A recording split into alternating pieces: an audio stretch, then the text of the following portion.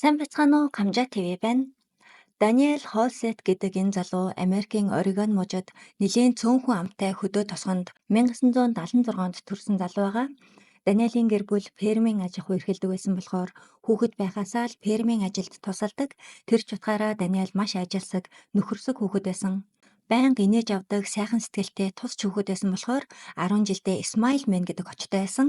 Үеийнхээ хүүхдүүдэд дээрлэхүүлээд гутлаа булаалгасан хүүхдэд Даниэл өөрийнхөө нэг гутлыг тайлж өгөөд хоёулаа нэг нэг гуталтай явцгаая гэж хэлжсэн тийм хүүхэд байсан гэж одоо ч найзууд нь ярьдаг. Анх аав нь компьютер авч өгөхөд Даниэл програм сурч өөрийн гэсэн бяцхан тоглоомыг хүртэл зохион бүтээж исэн байна. Бас төгөлдөр хуур, бөмбөр тоглодог хөгжмийн гайхалтай авьяастай хүүхэд байсан. Ахлах сургуультай Даниэлийн Смайл Мэн хочин бөмбөрчин Дэн болж хуурсан байгаа. Дэн их сургуульд орох үедээ Орегон мужийн төв хот болох Салем руу нүүж тэндээ хөгжмийн чиглэлээр бакалаврын зэрэгээ эзэмшээд магистраа бизнесийн чиглэлээр хамгаалсан. Тэр үедээ Даниэл өөрөөсөө 7 насаар дүү Салем хотод төрж өссөн Элизабет гэх бүсгүйтэй танилцсан байгаа. Хосууд хоёулаа үнэхээр царайлаг байсан болохоор гудамжинд хөдөлцөөж явж хахад хүмүүс ирж нэрийн хуудасаа өгөөд модель хийх санал хүртэл тавьдаг байсан.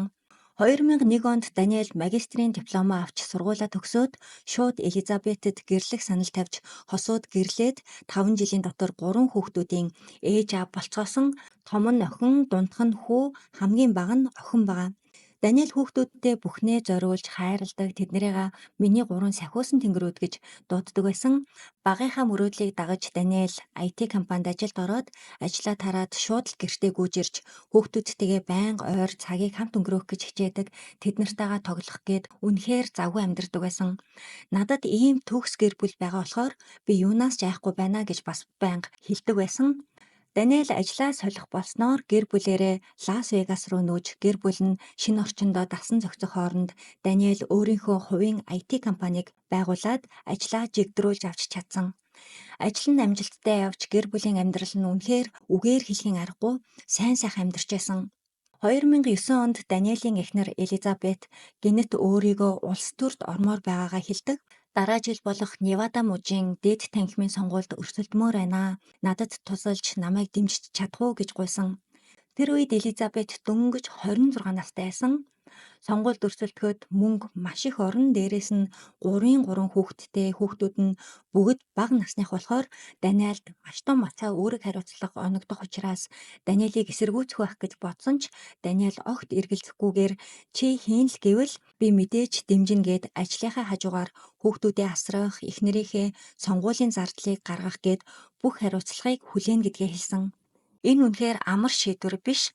Элизабетийг сонгуулийн ажлаар ийш тийшээ явсан хойгоор Даниэл үнэхээр хичээнгүйлэн бүх зүйлийг амжуулж, хүүхдүүдээ цэцэрлэгтэн зөөж, анхаарал халамж тавихаас гадна хүүхдүүдээ хооллож, ундалж, хамт тоглож, унтуулсныхаа дараа л шөнө өөрийнхөө ажлыг хийжсэн. Тийм болохоор Даниэл хангалттай унтаж амарч чаддаггүй, өөрийнхөө компани олж байгаа ихэнх ашиг орлогыг Элизабетийн сонгуулийн ажилд зориулсан. Нөгөө талд ч гэсэн Элизабет дутгааргүй завгүй ажиллаж сонгуулийнхаа гол ураагаар гэр бүлийн үнцэн зөв ёс суртахууныг эрхэмлэнэ гэдгээ ард түмэндээ амлаж би бол 3 хүүхдийн ээж, их хүн, би хинээс ч илүү гэр бүлийн үнцнийг мэддэг. Хэрвээ би сонгогдох юм бол бүх үйл ажиллагаагаа зөвхөн гэр бүлд чиглэсэн байдлаар явуулна гэсэн ийм концепттэй гарч ирсэн. Ингээд 2010 оны 11 сарын 2-нд бүгд найрамдах намын гишүүнээр сонгуульд ялалт байгуулж 27 наснда Невада мужийн хууль тогтоох дээд танхимд гишүүн болж сонгогдсон.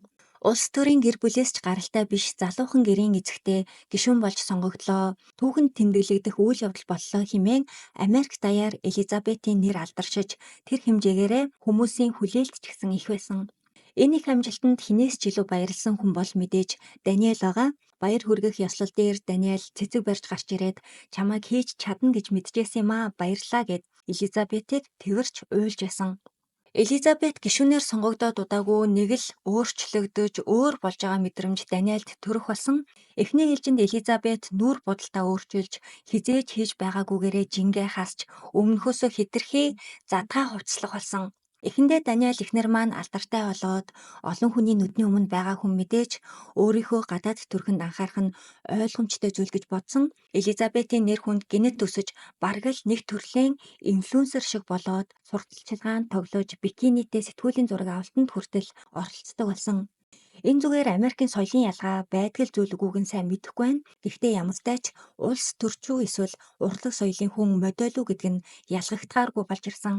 Энэ бүх зүйлийг бүгдийг Даниэль ойлгож хүлээж авч эхнэрээрээ бахархажсэн ч цаг хугацаа явахын хэрээр зураг авалт, реклам сурталчилгаанаас гадна эхнэр нь гэртээ байхдаа утсаа гарнаасаа огт салахгүй байнга л хэн нэгэнтэй чаталж өмнөхөөсөө өөр байх болсныг бол Даниэль анзаарсан байгаа.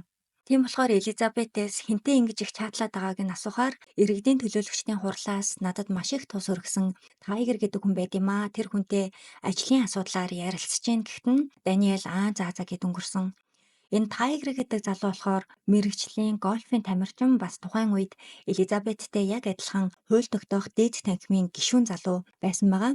Ингэж хэлснийхэн дараа Даниэль ямартай ч ихнэр маань энэ Тайгер гэдэг залуутай ажил хэргийн хамтрагч нэлээн ойр дотн юм байна гэдгийг мэдэж авсан. Гэхдээ Даниэлийн дургу хүргэсэн нэг зүйл нь болохоор шүн унтжаахт нь хүртэл эхнэрлөө нь Тайгер залгаад ахарна. Даниэль утсыг аваад эхнэртэй, нөхөртэй, гэр бүлтэй хүмүүс хоорондоо шөнийн цагаар холбоо барих нь тийм сайхан санагдахгүй байна. Хувийн асуудлаар бити ингэж орой үдшиж залгаарэ. Танаа эхнэрт ч гэсэн таалагдахгүй нь ойлгомжтой байх гэд маш ээлгээр тодорхой сануулга өгсөн. Хариуд нь Тайгер ойлголоо, яаралтай ажлаас болоод орой залгачихлаа, битгий буруугаар ойлгоорой гэд уучлалт гуйгаад энэ яриа сайнаар дууссан. Элизабет ажилдаа ороод удаагүй ойрхон 2-3 хоногоор томилолтоор маш их явдаг байсан. Гэхдээ тэр бүх хугацаанд томилолтоор биш, Тайгертай хамт аяллаар явдаг байсныг нь Даниэль Элизабетийн утсан дээр байсан зургнуудаас олж мэдээд бүр амьдралдаа анх удаага эхнэрлүүгээ хараал хэлж маш их уралсан. Өөрийнх нь төлөө тэгж их хичээсэн нөхрөөсөө уучлалт гуйхын оронд Элизабет чи над руу хараал хэллээ гэж уурлаад энэ үйл явдлыг далимдуулж шууд цагдаад утсан байгаа. Цагдаа нарт Элизабет манай нөхөр намайг араар тавиад тэр нь баригдангууд шууд над руу уурлаж сая намайг цогцглоо гэсэн худлаа мэдүүлэг өгсөн. Цагдаа нар нотлох баримт үлдээх зорилгоор та яг хаанаа яаж цохиулсан бэ? Зураг авах гэсэн юм а гэхэд ямартай ч хөхөрч маажуулсан шарах юу ч байгаагүй. Гэхдээ л Элизабет толгой руугаа цохиулж нүүрлүүгээ алгадуулсан гэд уйлж цагдаа нарыг хэлэх үггүй болгосон. Даниэль болохоор эцэг хүртэл би огт гар хүрээгүй. Гэхдээ хараал хэлсэн маань бол үнэн гэдгээ хэлсэн. Ямартай ч нотлох баримт байхгүй байхад Элизабетийн мэдүүлгээр эмэгтэй талыг нь барьж Даниэлийг шууд баривчлаад аваад явсан байгаа. Лас Вегас сенатын нөхөр цагдаад баригдлаа гэсэн мэдээ тэр дороо бүх сонин хэвлэлээр цацагдсан. Хамгийн гол нь Даниэлийг олон нийтийн газар садар самуун ёс бус үйлдэл гаргасан хэрэгээр ялсан. Олон нийтийн газар хувцас сундраа тайлж эсвэл эмэгтэй хүний биеийн аль нэг хэсэгт санаатаагаар хүрсэн ч биш өөрийнхөө гэр дотор гэр бүлийн маргаан гаргасныхаа төлөө ийм ялаар яллагдсандаа Даниэль үнэхээр гомдолтой байсан. Энэ садар самууны хууль болохоор ямар ч нотлох баримт шаарддаггүй зөвхөн хохирогчийн үгээр энэ хүн олон нийтийн газар миний хөхөнд хүрсэн, миний өвцгийг барьсан гэх юм бол баривчлах, яллах боломжтой юм байна. Тийм болохоор Невада мужийн энэ хууль маш их хэл ам дагуулсан зайлшгүй өөрчлөлт оруулах шаардлагатай хуулиудын нэг мөнөөс мөн байгаа. Яагад гэвэл эмэгтэйчүүдийн худлаа, хуурамч дуудлага маш их ирж олон залуучууд хохирдог юм байна. Ямартай ч Даниэль энэ хэрэгээсээ болоод бүр шүүх хурлаар орж 6 сарын турш эхнэртэй ойртохгүй байх, бас уур хилэнгээ удирдах, хянас сурах хөтөлбөрт хамрагдана гэсэн шийтгэл оногдсон. Хамгийн амар нь энэ асуудлаас болоод Даниэль бэлгийн хүчирхийллийн гэмт хэрэгт холбогдчихсэн гэсэн бүртгэлтэй болж байгаа. Америкийг та бүхэн маань бас сонсч байсан байх. Хаанч утсан бусад хөршүүдэд нь энд тантай хамт гэмт хэрэгтээ амьдарч байна гэсэн шуудан мэйл очдог. Дээрээс нь бэлгийн хүчирхийллийн төрөлдөө хамрагдсан бол үнэхээр аврал авахгүй, ажиллаж олдохгүй гэсэн үг. Невада мужийн энэ болох харлаган хуулиас болоод Даниэль эхнэртэй 100% гүтгэгдсэн. Энэ 2010 онд болсон үйл явдал болохоор одоо энэ хууль өөрчлөгдсөн байх гэж найдаж байна. Мэдж байгаа хүмүүс байвал комент хэсэгт бичиж үлдээгээрэй. За эхнэрээ сонгуульд өрсөлдөхийг нь дэмжиж бүх ард талыг нь хариуцаж 3 хүүхэдтэй анхаарал тавьж хэцүү хүнд цаг үеийг туулсан байхад хариуд нь араар тавилт, гүтгэлэг, урвалт, хөлний шагаанда зүүдэг байршил тогтоогч л ирсэн байна. Тэгсэн ч гэсэн Даниэль хүүхдүүдээ бодоод их нэртэйгээ хамтын амьдралаа үргэлжлүүлэх гэж нэлээд хичээсэн ч Элизабет Тайгартай огт холбоогоо таслахыг хүсээгүй. Даниэль эхнэрээсээ зайгаа барьж хол байх ёстой 6 сарын хугацаагаа дуусмагц шууд салах хөрөгтлөө өгсөн. Гэр бүлээ цуцлах үйл явц бол Даниэлийн хувьд яг л там шиг байсан гэж эргэн тойрныхондоо ярьсан байсан. Хүүхдүүдээ хэн нь авах тал дээр маш том маргаан болж хажуугаар нь Элизабет алдартай хүн болохоор шүүх хурлын үйл явц хэвлэл мэдээллийн хэрэгслүүдээр шууд цацагдаад маш их дуйлан шуугаан хил ам дагуулсан өдрүүд өнгөрч Элизабет Тайгартай нөхрөө араар нь тавьсан ч гэсэн олон нийтэд ил болсон. Элизабет анх улс төрд гарч ирэхдээ элэг бүтэн сайхан амьдралтай 3 хүүхдийн залуухан ээж гэр бүлийн ёс зүй ярьж гарч ирснийг та бүхэн маань санаж байгаах. Тэр бүх ярьсан хэлсэнтэй нь бодит байдал нь зөрчилдөж хүмүүс үнэхээр улс төрчдөд битгий итэг гэдэг үний юм да гэд Элизабет рүү маш их дайралт хийсэн. Ер нь бол энэ үйл явдал цагаан хоолтон гэдгээрээ алдарсан инфлюенсер бүүргэр нууцаар идж хагаад баригдахтай л адил зүйл боллоо гэж хүмүүс одоо ч гэсэн ярьдаг. Элизабет хэвлэлийн баг хурал хийгээд би Тайгартай огт холбоогүй үргэлж сайн эхнэр, сайн ээж байсаар ирсэн. Нөхөр маань л буруу ойлгож ийм асуудал үүсгэлээ. Харин ч би нөхөртөө нэг бус удаа зодуулсан. Нөхрийг маань шүүхээс ялж ясныг мэднэ үсттэй гэд бүр хэвлэлийн өмнө худлаа ярьсан байгаа. Элизабет бүр Даниэлийг хинч биш яаж чадахгүй гэд дээрлэхэж маш их дорд үзчихсэн. Сурвалжлагчид хүний хувийн амьдралыг ухаж гаргаж ирэхдээ үнэхээр гаргууд хүмүүс болохоор аль хэдийн Даниэль ямар сайн залуу яаж хичээж ирснийг нь бас Элизабетийн Тайгартай авахулсан зургуудын ил тод гаргаад ирчихсэн ард түмэн ч гэсэн тэнэг биш болохоор Элизабетийн буруу гэж маш их буруутгасан. Дээрээс нь тухайн улс төрийн нам дотор ч гэсэн Элизабет хуралдаа ирж суудаггүй, холбогдохоор уцаа авдаггүй, дандаа Тайгартай гадаадаар аялаад явчихдаг гэд цуу яриа тархсан нэр хүндгүй болоод 2012 онд ажилласаа, намаасаа хөөгдсөн байгаа. Хөөгдсөн мөртлөө хэвлэлээр би одоо 3 хүүхэдтэй ганц бие ээж болсон болохоор хүүхдүүддээ илүү анхаарал тавихын тулд ажилласаа өөрийн хүсэлтээр гарлаа. Хизээч би гэр бүлээс гадуур харилцаанд орж исэн удаагүй гэж эцээ хүртэл хэнд ч бурууга бүлээн зөвшөөрч уучлалт гуйгаагүй. Тэр 12 онд Элизабет Даниэль хоёрын гэрлэлтээ салгах шүүх хурал болж дууссан ч харамсалтай нь нөгөө нэг гэмт хэргийн түүхтэй гэдгээс болоод 3 хүүхэд гуруула ээж дээрээ байх шийдвэр гарсан байгаа. Хүний нүур ихцэлж харахын эцэсгүй ичхэвтер байдалд орсон Элизабет хүүхдүүдэд дагуулад Лас Вегасаас явж Алексаа руу нүүсэн. Яагаад гинэт ийм хүүтэн газар руу хүүхдүүдэд дагуулж очсон бэ гэхээр Тайгартай хурмаа хийж тэндээ хамтын амьдралаа босгохын тулд явсан болж таардаг. Уг нь хэвлэлийн баг хурлаар Тайгартай огт тийм харилцаа байхгүй. Зүгээр л гэмгүй ажлын хамтрагч гээд ярилцлага өгөөж явж байсан хүн Даниэлээс салангуудаа дараагийнхаа хурмыг хийснэ нь энэ байгаа. Энэ мэдээ Даниэлийн чихэнд хүрсэн ч гэсэн Даниэль бүгдийг мартахын тулд өөртөө зүгээр суух нэг ч ором өгөхгүйгээр ажиллаж цаг ил гарвал хүүхдүүдтэйгээ видео кол хийдэг. Хүүхдүүд нь ч аавыгаа маш их санаж байгаагаа хэлдэг байсан. Салсан ч гэсэн хүүхдүүдийнхээ асуудлаар ярилцдаг, сайхан харилцаатай үлдсэн хосууд байдаг ч гэсэн Даниэль, Элизабет хоёр бие биенийгээ харах нь байтугай ярихыг ч хүсдэггүй байсан болохоор хүүхдүүд аавтайгаа ойр ойрхон уулзаж чаддаггүй. Дээрээс нь маш хол газар нүгэд ирсэн болохоор Даниэль хаяа нэг онгоцоор 5 цаг нисчээж хүүхдүүд дээр очиод уулздаг байсан байгаа. Бас нэг зүйлийг хэлэхэд ер нь бол Даниэль дахиж гэрэлсэн. Гэхдээ хоорондоо тохирохгүй байна гэдгээ мэдж ярилцаад тэр эмэгтэйтэйгээ сайхан харилцаатайгаар үлдээе гэд 2018 онд салсан бэлээ. Даниэлийн Instagram, Facebook-ыг харах юм бол сошиалд маш идэвхтэй үргэлж хэцүү хүнд үеийг ялан дийлэх талаар, аз жаргалтай байх талаарх бичвэрүүдийг их хуваалцдаг. Гэгээлгээр бүх зүйлийг хардаг хүн байсан нь илт мэдрэгдэжсэн. Хоол идсэн ч, ууланд алхсан ч бүх зурган дээрээ ганцаараа маш ганцаардмал байсан ч гэсэн харагдахаар байсан. Даниэль Солонгос кинонд маш их дуртай, Солонгосын соёлд хайртай гэдгээ сошиал орчинд хуваалцаж, ганцаараа Солонгос хоолны газар байнга ордог, хүүхдүүдтэйгээ энд хамт ирэх юмсан гэдэг байсан. Даниэлийн амьдралд нэг гайхалтай зүйл болсон нь Элизабет хүүхдүүдэд дагуулад дахин Невада мужид иргэн ирлээ гэсэн мэдээ байгаа. Тайгараас бол салаагүй хамт ирцгээсэн. Элизабет буцаж ирээд 2018 оны сонгуульд өрсөлдсөн ч мэдээж тэрнийг хэн ч сонгоогүй, сонгуульдаа ялагдал хүлээсэн байгаа. Хүүхдүүд нь Лас Вегаст буцаж ирээд байнга аавтайгаа уулздаг болсон болохоор Даниэль энэ үед хинээс ч илүү аз жаргалтай байсан. Ингээд 2020 онд Даниэлийн том охин дунд хүү хоёр нь аль хэдийн насанд хүрчихсэн байсан учраас биеэ дагаад сургууль соёл хөгөөд тусдаа гарчихсан ганцхан бага охин Шерал дунд сургуулийн сурагч 16 настай ээжтэйгээ хамт амьдарч байсан үеага Шера аавын гэрт миний өрөө хүртэл байдаг гэд Элизабетэд аавтайгаа хамт амьдармаар байгаагаа хэлэхэд Элизабет огт зөвшөөрөөгүй аав чинь гэмт хэрэгтэн тэгээд ч чамайг асран хамгаалах эрх над дээр байдаг гэж хоригдсон ч Шера аавынхаа гэрт өнгөрүүлэх цаг нь улам ихсэн. Гэхдээ Шера бага зэрэг сэтгэл зүйн эмгэгтэй хүүхэд байсан болохоор багаас нь Даниэл л эмнэлгээр дагуулж авдаг сэтгэл зүйчтэй уулзуулдаг байсан болохоос Элизабет байнга сонгуул, ажил гээд завгүй хүүхдүүдтэй цаг гаргах нь бага, тийм ч ноцтой асуудал бишгээд тоодоггүйсэн. Шера үнэхээр аавтайгаа хамт амьдрахыг хүсэжсэн учраас Даниэл дахиад шүүхэд Шераг өөр дээрээ авах тал дээр Элизабеттэй 6 сарын турш шүүхтэлцсэн ч хүүхэд асрах эрхээ харамсалтай нь авч чадаагүй.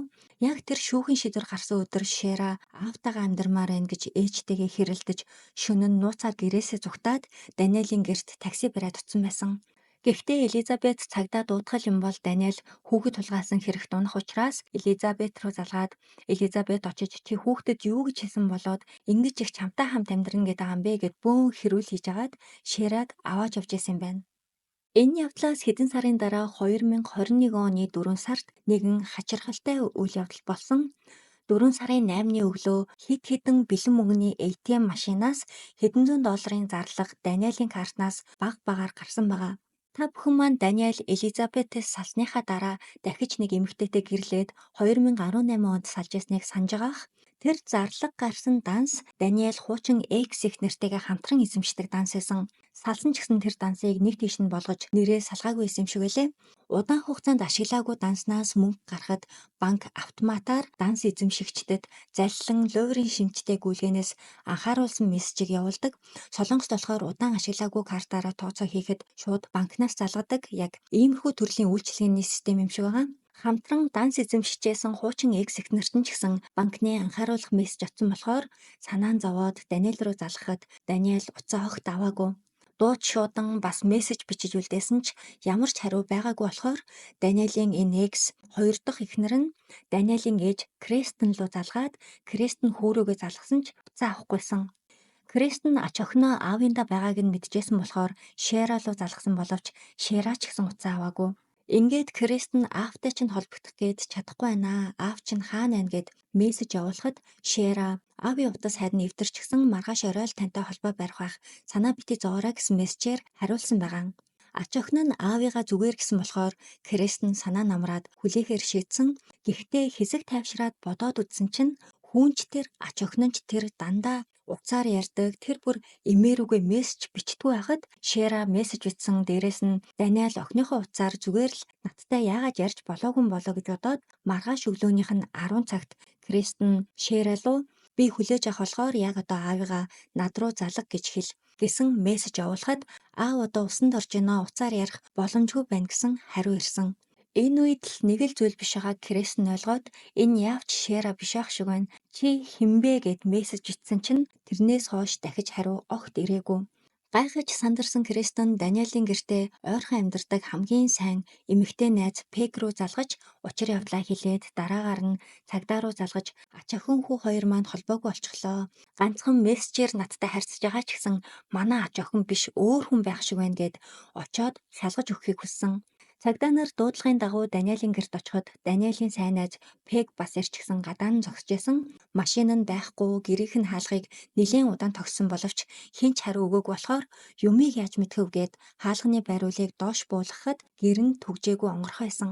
Даниэлийн нээж Пег болон цагдаа нар хамтдаа дотогш явж ороход гэр дотор маш чимээгүй нам гүн байсан ч удалгүй Пег амьдралдаа хизээж харж байгаагүй аимшигтай зүйлийг олж хараад орилсон байгаа.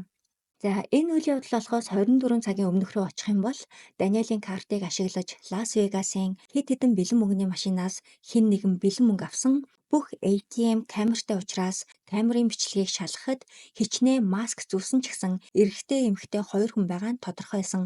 Дараагаар нь энэ хоёр хүн супермаркет орж Даниэлийн картаар худалдан авалт хийгээд бас өөр барилгын материалын дэлгүүр орж явж байгаа ч гэсэн камерт бичигдэж үлдсэн хамгийн сүүлд нь Даниэлийн гэр рүү энэ хоёр хүн явсан байгаа. Тэндээ Даниэлийн гэрт хоноод яг Кристен өглөөс ирээд охинлуугаа аавыгаа яг одоо надтай яар гэж хэл гэдэг тэр үеэр хоёр сэжигтэн Даниэлийн машиныг унаад Лас Вегасаас зугтж байгаа бүх үйл явдал CCTV-гийн бичлэгнээс ил болсон. Зугтсныхан дараа ойролцоогоор 3 цаг 30 минут орчмын дараагаар цагдаа нар болон Пег Кристианы дуудлагын дагуу Даниэлийн гэрт очсон болж таардаг. Даниэл бүх бие нь хутгаар сээчигдсэн байдалтай гэрээсээ нас барсан олдсон задлан шинжилгээгээр 70 гаруй удаа хутгалуулсан ихэнх шарх, толгой, хүзүү, цээж хэсэгт байсан гэж гарсан. Хамгийн аимшигтай нь гэмт хэрэгтнүүд цогцыг устгахыг оролцсон уу яасан нас барсныхан дараа Даниэлийн биеийг мишоконд хийгээд гаднаас нь шатаахыг завдсан байсан учраас цогцсны тал хэсгэнд шатчихсан үнэхээр нүд тальтран байдалтай олдсон. Цагдаа нар шууд хэрэгтнүүдийг хайх ажилдаа орж бас тухайн үед аавтайгаа хамт байсан Даниэлийн хамгийн бага охин Шераг хайж эхэлсэн. Хэрэг гарснаас 3 хоногийн дараа буюу 2021 оны 4 сарын 13-нд Юта мужид автобусны пилот шалгагч нар шалгалт хийж авахдаа мөнгө төлөхгүй суусан эрэгтэй эмэгтэй хоёр зорчигчийг илрүүлж цагдаад мэдгдсэн. Цагдаа нар ирээд шалгаад үзэхэд эрен сурвалжлагдж байгаа хоёр хүний дүр төрхтэй үнэхээр адилхан байсан учраас хэлтс рүүгээ дагуулж аваад биедээ авч яваа бүх зүйлийг хураан авч байцаалт хийхэд тэр хоёр хүн Даниэлийн бага охин Шера болон тэрний найз залуу байсан. Одоо харуулах бичлэгийг цагдаа нар Шерагийн гар утснаас олсон бөгөөд цагдаа нарт алхахын талаарх маш том баримт болж өгсөн. Бичлэг дээр энэ хоёрын ярьж байгаа зүйлийг та бүхэнд орчуулж хүргэх юм бол манай YouTube утсанд тавтай морил хэн нэгнийг алсны дараах 3 дахь хоног болж ийн гэд найз залуу нь хэлсэн чинь Шера камерны өмнө битгий тэгж хэлээ гэж инээснэ. Бит хоёр өнөөдөр том хүний юм маш их хийсэн гэж хэлээд энэ бичлэг дуусч байгаа. I don't know what to say. Welcome back to our YouTube channel. After Day murdering, day 3 after murdering somebody. Wow! Don't put that on the camera. It was worth it. And we had sex a lot today. Найз залуутайгаа нийлж өөрийнхөө аавыг зэрлэгээр хөнөөчхөөд ийм инээж хөхөрсөн аллагаараа бахархсан бичлэг хийсэн байсан. Даниэл хүүхдүүдтэй ямар их хайртай сайн аав байлаа үнэхээр хэлэх үг олдоогүй. Энэ Шерагийн найз залууг Эрон гэдэг 18 настай. Энэ хоёр 2020 оны 6 сараас үерхэж эхэлсэн байна. Яг Даниэл Элизабет хоёр Шерагийн асран хамгаалах эрхийг хинэн авах тал дээр шүүхтэлцэжсэн үе байгаа. Шера Эрон хоёрын үерхэл зүгээр нэг өсвөр насны хүүхдүүдийн энгийн цайлхан үерхэл байгаагүй. Маш токсик, шугамыг давсан харилцаа байсан учраас энэ хоёр сургуулаа хаяад аав ээжээсээ нууцаар LA руу зогтох төлөвлөгөө гаргаж ирснийг Даниэл олж мэдээд Элизабетэд чи охиныгоо найз залуутай бас ийм зүйл хийгээд сэдэж явж байгааг нь мэддэг байсан уу гэд бас нэлээд гэр бүл доторх асуудал болсон юм байна. Даниэлээс энэ явдлыг анх удаага олж сонссон Элизабет шууд Эроны аав ээж рүү залгаад тэр гэр бүлд ч гэсэн бөөн асуудал үүсч эцэг эхчүүд хүүхдүүдээ хооронд нь уулзуулахгүй байх тал дээр маш хатуу арга хэмжээ авч эхэлцгээсэн. Энэнд уурлаж хорсон Шера бүх зүйл ааваас л боллоо, аав л өгчих юм бол би Эронтой LA руу зугтаж чадна гэж шийдээд 2021 оны 4 сарын 8-нд Даниэлийн картнаас мөнгө авч цайруулагч бодис, цахилгаан хөрөө, нэг удаагийн бэлий, бензин аваад гэрт нь оцсон байгаа. Хэрэгтнүүд тэр үедээ насан туршаагүй байсан болохоор цагдаа нар Даниэл яг хизээ хэрхэн алуусныг зарлаагүй. Гэхдээ хүмүүсийн таамаглаж байгаагаар бас Эрон сүүлд нэг нэвтрүүлэгт өгсөн ярилцлаганаас нь дүгнээд үзэхэд өмнөх өдөр нь аль хэдийн хөнөөгөөд дараа өдөр нь цогцыг нэг тийш нь болгох хэрэгслүүдийг дэлгүүрээс авч явж агаад эмээ Кристен нь байнга залгаад мессеж чийдсэн болохоор шууд хаяад зогцсон гэж үзэж байгаа. Даниэлийн цогцон дээр цахилгаан хөрөөгөөр биеийг нь тайрч агаад хөрөө нь гацаад тэр чигтээ зоогдоод үлдчихсэн бас биеийн тал хэсэг нь дутуу шатчихсан байсан гэхээр нас орсныхан дараа ч гэсэн хэрэгээ нуунд алдлах гэж оролдохдоо цогцыг яаж зэрэмдэглсэн нь бол үнэхээр аимшигтай. Дэрийн энт тэнд цацарсан цусыг арчиж агаад үлдээсэн маш харгас хэрцгий аллага байгаа. Шүүх хурлаар 1-р зэргийн хүн амны хэрэг зээлийн карт тулгайлсан, цогцыг нуун дарагдуулахыг завдсан, хар тамхи хэрэгэлсэн гэд нийт 9 төрлийн хэрэгээр ялсан, хичнээн хэрэг үйлдэхдээ насан туршаагүй байсан ч гэсэн хэтэрхий хэрцгийгээр үлдэгдсэн учраас хэрэгтнүүд насан туршийн шүүхээр орсон байгаа. Хэрэг үйлдэх үедээ маш бага хэмжээгээр хэрэгэлсэн ч хүний оюун санаанд чтэй нөлөө үзүүлдэг LSD хэрэгэлсэн байсан. Эрон болохоор би хар тамхинда мансуураад аллага үлдсэн, намайг уучлаарай гэж хийсэн зүйлдэг гэмссэн тийм дүр төрхийг харуулж байсан бол Шера харин ч эсэргээр Би аавыгаа алаагүй гомдолтой байна.